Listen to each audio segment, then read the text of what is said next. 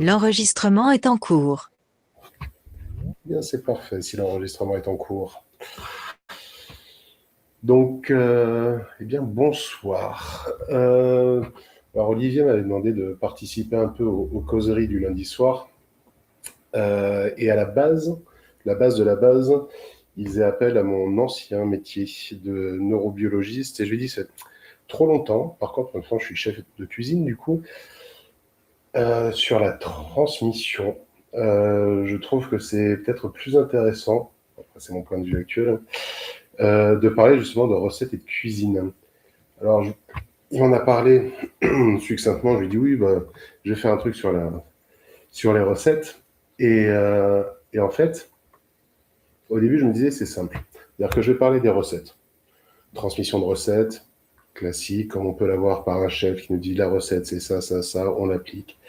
Et en fait, plus en creusant, plus je creusais, plus je réalisais que ça mettait beaucoup de choses en fait en jeu et différents points de vue, différents aspects. Et que la recette, c'était pas juste la recette. C'était, on peut le voir là sur la diapo, c'est-à-dire que d'abord, ça m'implique moi sur l'élaboration de la recette. C'est-à-dire que je vais soit la créer, soit la retransmettre de quelqu'un. Et ça va m'impliquer moi. Après, il y aura toute la phase de dégustation, de partage et vraiment de transmission. C'est-à-dire que ça va m'impliquer moi et là où les personnes avec qui je partage ce moment-là. Et après ce partage, on va avoir classiquement et très françaisement, je dirais, on va parler nourriture, on va parler manger, bouffe, et puis on va transmettre la recette, une technique. Et une fois qu'elle est transmise, là, ce sera à celui ou celle qui l'a entendu, ce sera à lui ou à elle de la réaliser et de se l'approprier, que ce soit de manière volontaire ou involontaire. Et une fois qu'elle se la sera appropriée, ça va être à son tour de la transmettre à d'autres personnes, à un autre groupe de personnes, à une autre personne. Et c'est tous ces aspects-là de la transmission en fait qui m'ont vachement intéressé sur cette question fait, de la cuisine, des recettes et de la transmission. Parce qu'en gros, pour moi, la cuisine, ça a toujours été vraiment un vecteur de transmission, de plaisir, d'émotion. C'est une approche, je veux dire, assez facile de la transmission d'émotions. Et dans cette idée-là, les notions de partage et de transmission, qui ne sont pas complètement synonymes, pour moi, c'est deux notions vraiment très imbriquées dans la cuisine.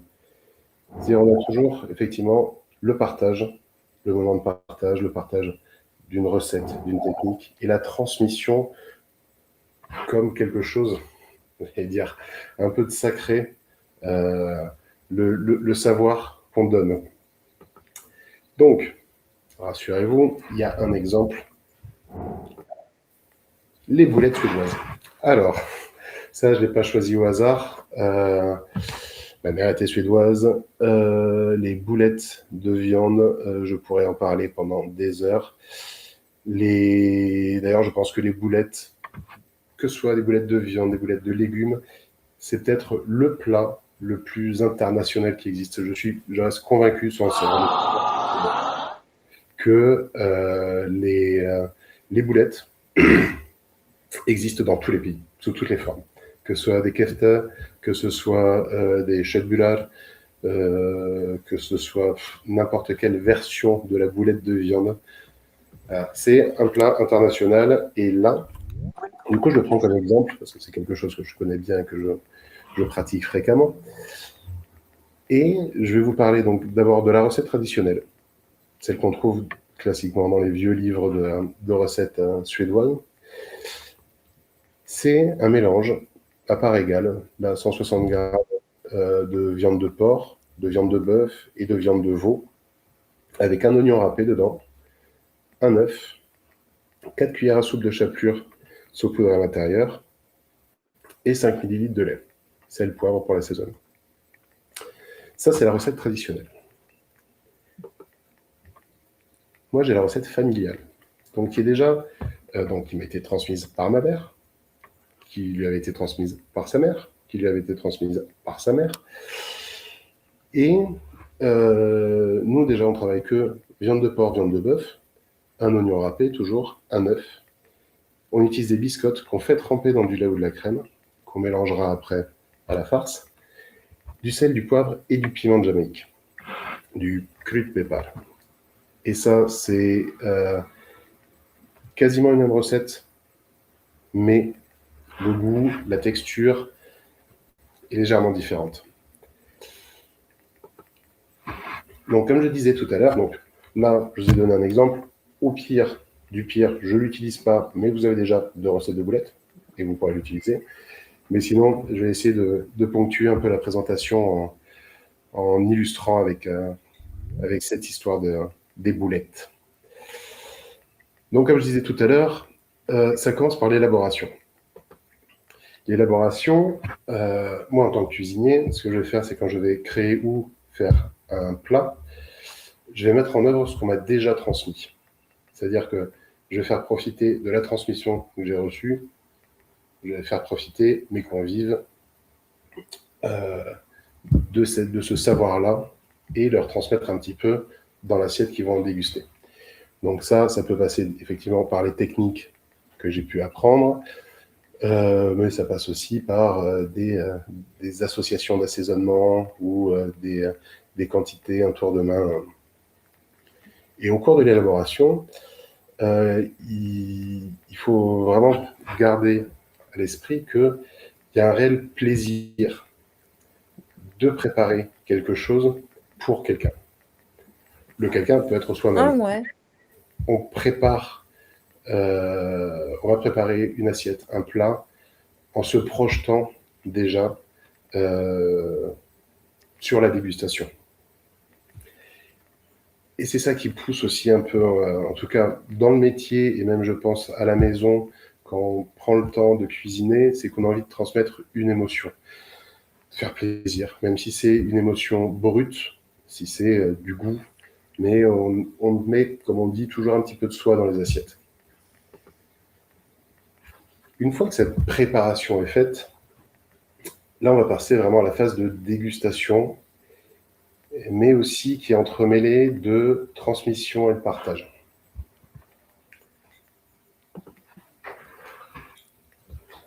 Là, comme je disais tout à l'heure, c'est en général, mis à part demande particulière, on partage généralement le repas ensemble. C'est-à-dire que, hop, on va tous s'attabler, le plat arrive, on partage, on regarde un peu les émotions que ça peut susciter, les réactions, le goût, le dégoût, en espérant que ça plaise au maximum. Mais du coup, le premier ressenti, c'est vraiment une émotion brute. On aime, on n'aime pas, ça nous plaît, ça nous transporte. Et ça, c'est le premier échange. C'est un premier échange très basique. Et après ce premier échange, on a une base pour entamer le deuxième échange. Et là, le deuxième échange, ça va être, comme j'ai pu le marquer, l'histoire autour du plat. Où est-ce que j'ai eu la recette? Là, par exemple, pour les boulettes de viande, c'est ma mère qui m'a donné la recette, qui m'a appris. Dans quelles circonstances? Nous, c'est un plat qu'on fait généralement à Noël, donc qui est enrobé d'une magie de Noël, d'un contexte, d'un plaisir, même d'une, j'allais dire, d'une température, d'une hygrométrie, quand normalement, c'est vraiment le principe de Madeleine de Proust. On mange, c'est bizarre à dire, mais on mange une boulette et en fermant les yeux, tout se réactive. C'est un peu, ça c'est mon côté, mon ancienne déformation professionnelle, en élargissant un peu, c'est un peu la théorie de Hebb au niveau neuronal, c'est-à-dire qu'on a un souvenir, et c'est ce qu'on appelle de la complétion de pattern en français, c'est-à-dire que on va réactiver un petit fragment du souvenir, et en fait, tout le souvenir va s'embraser. Et là, on va se souvenir de la circonstance, du temps qu'il faisait, de l'odeur, de la température, des personnes avec qui on était, des autres odeurs qui entouraient la table. Et tout ça, on va le raconter autour de ce plat qu'on est en train de partager. Et en le racontant à la personne qui l'écoute, elle va rajouter ce moment-là à l'histoire du plat. C'est-à-dire qu'on va transmettre notre propre histoire à une personne qui, elle, quand elle la transmettra à quelqu'un d'autre, dira « c'était à tel repas, nous a raconté l'histoire de Noël, machin, là, là, et je me souviens, c'était un moment qui était un peu difficile pour moi, où je passais les meilleures vacances de ma vie. » Et en faisant ça, il rajoute de l'histoire à l'histoire et continue, voilà, à faire vivre l'histoire du plat et à transmettre autre chose en rajoutant un peu de sa propre histoire à l'histoire de ce qu'il transmet. Et après, il y a un côté très basique, très terre-à-terre, où on partage la technique.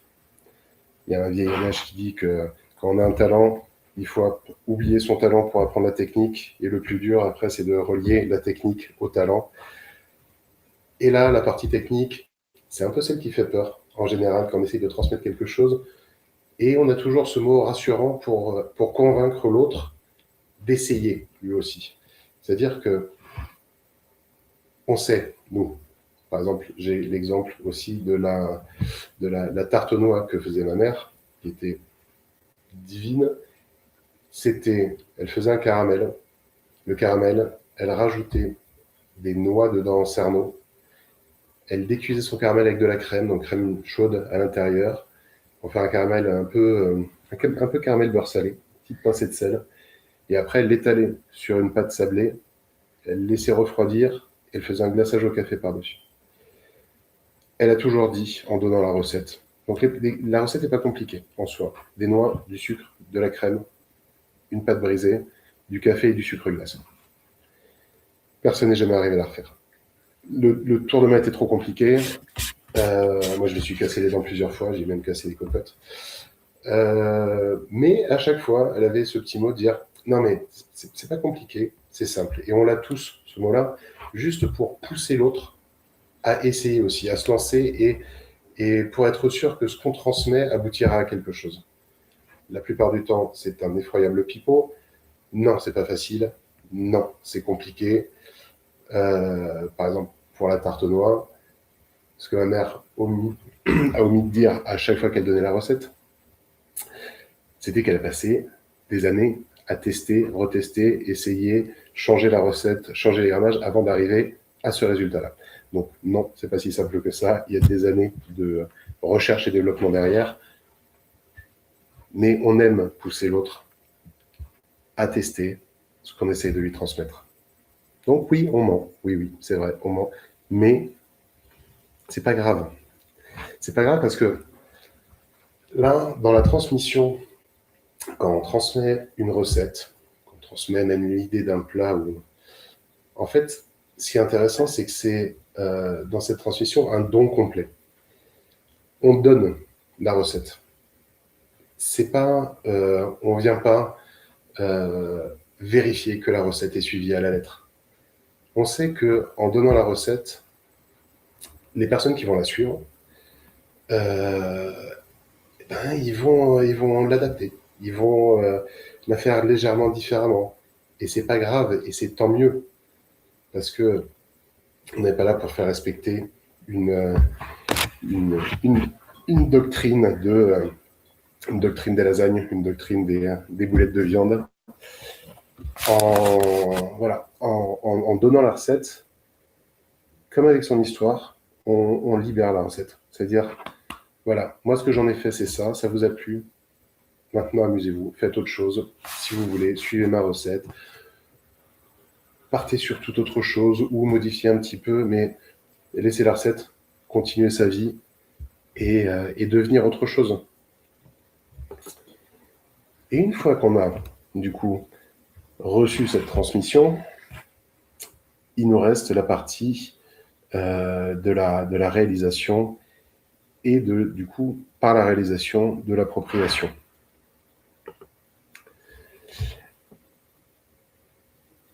quand on refait la recette, on se la réapproprie forcément, qu'on le veuille ou non, de manière volontaire, en rajoutant un ingrédient, en modifiant un temps de cuisson, en changeant la viande, par exemple.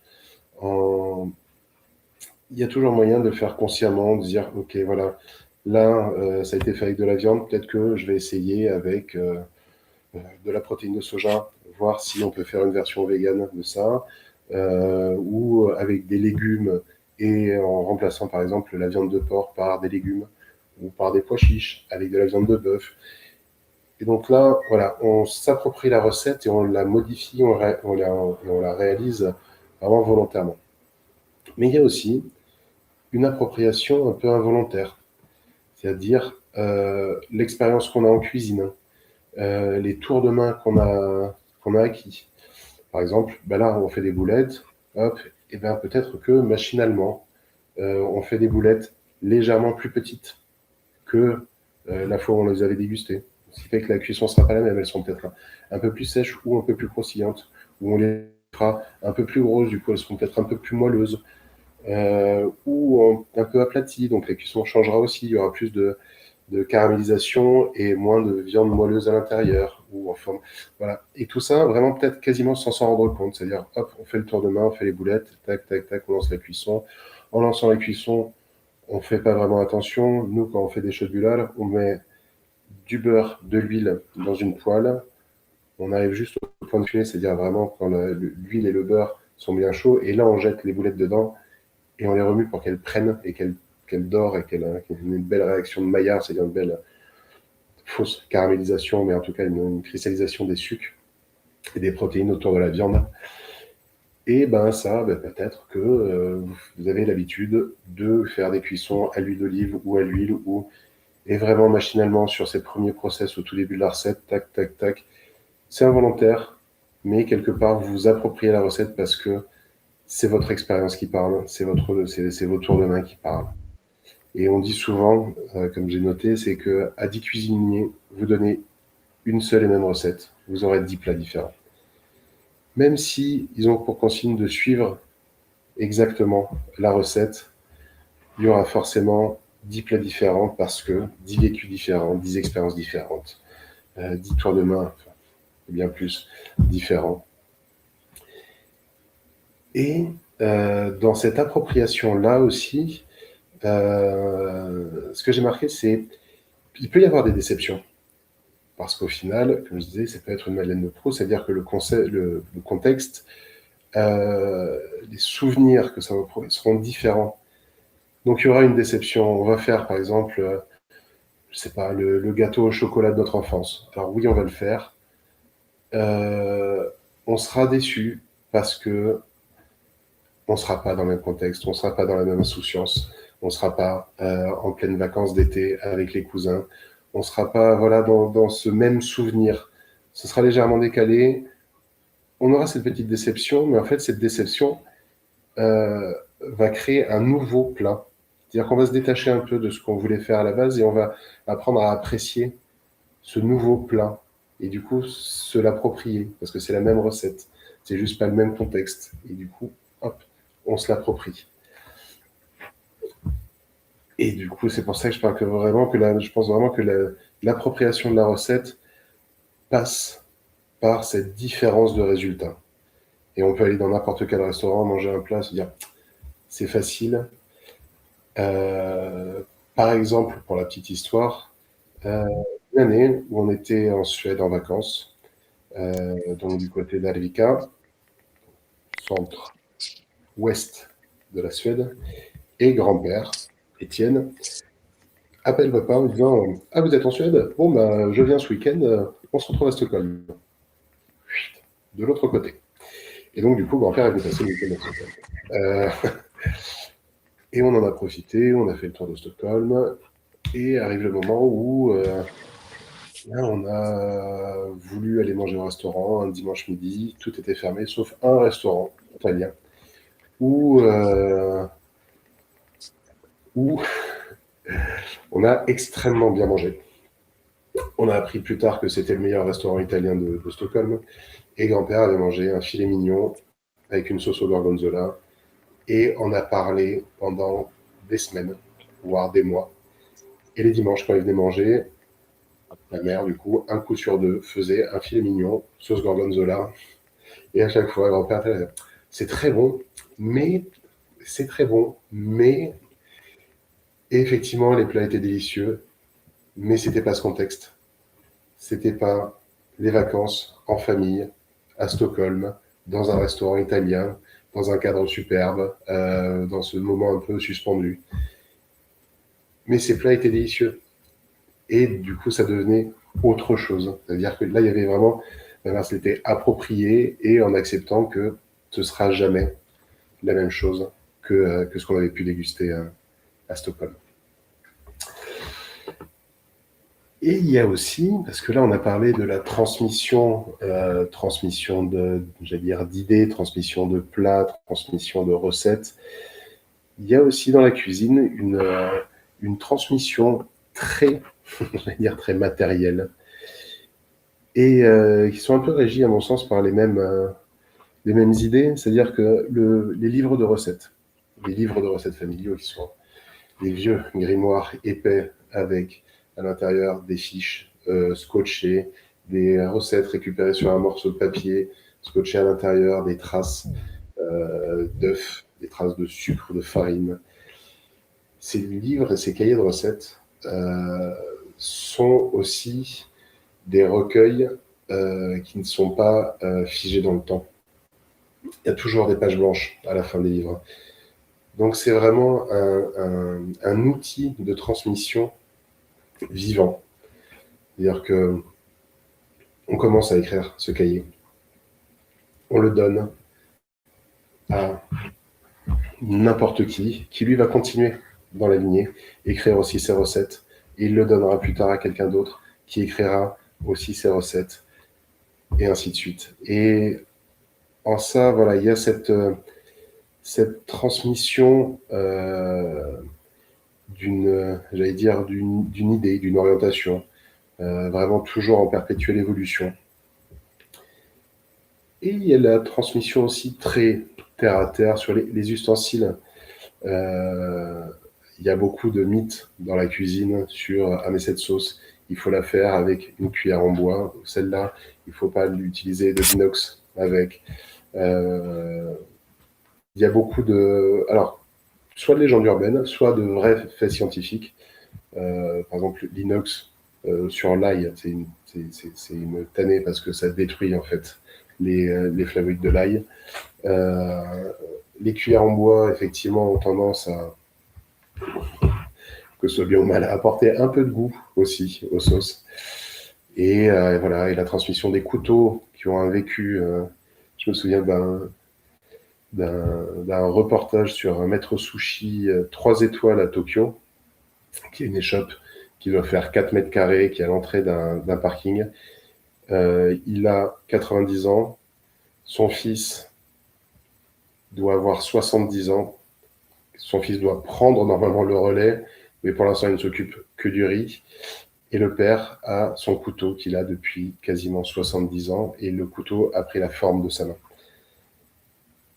Il y a un côté très symbolique, si transition, et il y a dû y avoir depuis transition des couteaux, de pouvoir tenir l'empreinte de la main de son père dans la réalisation de vraiment de l'art qu'est les sushis.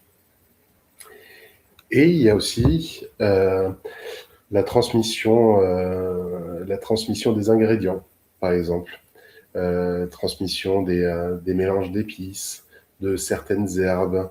Par exemple, je pense au curry, mélange d'épices vraiment curry qui est différent pour chaque famille, pour chaque cuisinier, et qui très longtemps a été, enfin tous les mélanges restent quand même très très secrets, et c'est rare, ça l'était en tout cas, rare de voir des cuisiniers partager leur recette vraiment de curry, de mélange d'épices. Et du coup, pour conclure, 57, ça va, ça passe. Je pense que voilà, là, c'est l'exemple de la cuisine et des recettes, des techniques, mais je pense que surtout pour faire une bonne transmission, Camille m'a dit tout à l'heure, elle me dit, en conclusion, tu pourrais dire que pour faire une bonne transmission, il faut une bonne recette, et pour faire une bonne recette, il faut une bonne transmission. C'est vrai. Mais je pense aussi qu'il il faut pas avoir peur de laisser vivre ce qu'on transmet. Il faut laisser l'oiseau s'envoler du nid, c'est-à-dire qu'on transmet quelque chose tel que nous on l'a vécu, tel que nous on l'a ressenti, et avec l'émotion qu'on a essayé de faire passer. Et une fois que ça a été transmis, ça appartient à quelqu'un d'autre. Et il en fera ce qu'il veut. Et donc voilà, j'ai terminé. Si vous avez des questions ou des